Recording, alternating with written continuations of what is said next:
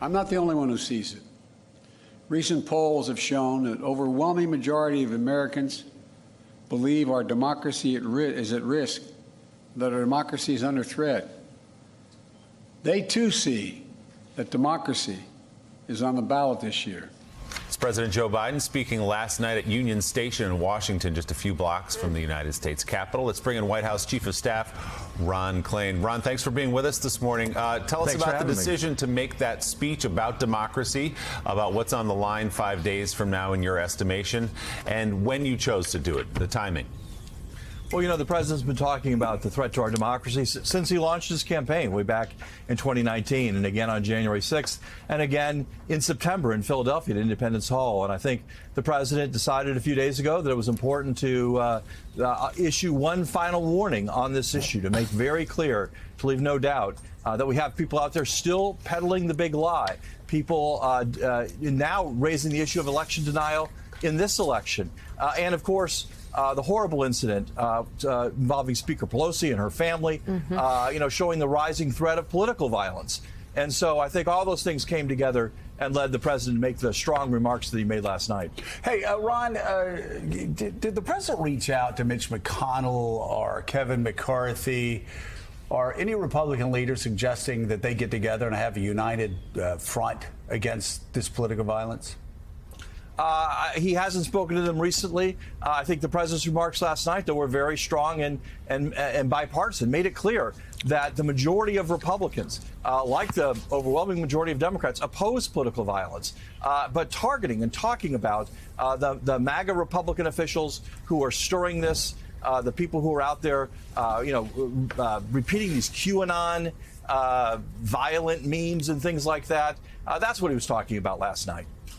Hey, Ron, good morning. It's Jonathan Lemire. I want to switch gears to the economy. We heard from Chairman Powell of the Federal Reserve raising interest rates again, suggesting that this might not be the last time that happens. And certainly a lot of economists believe this could be a sign that the nation will head to a recession. Now, let's be clear, it's not a done deal.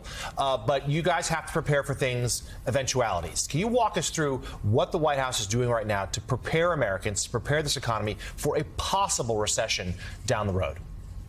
Well, first of all, I want to be clear. We don't comment on monetary policy here at the White House, and I don't want to comment on what Chairman Powell said. Look, we are not in a recession. I want to be really, really clear on that, okay?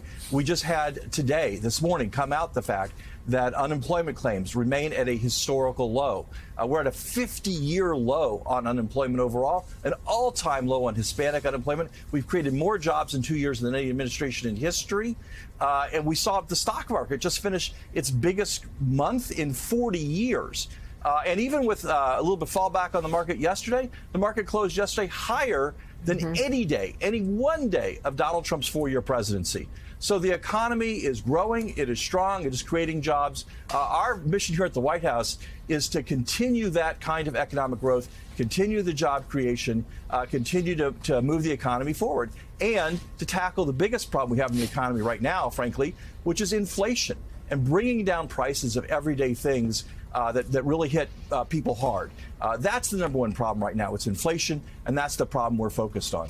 So, Ron, all these issues can't be addressed unless our democracy is intact. And I wonder if the president will continue to explain the threat to democracy. And what do I mean by that?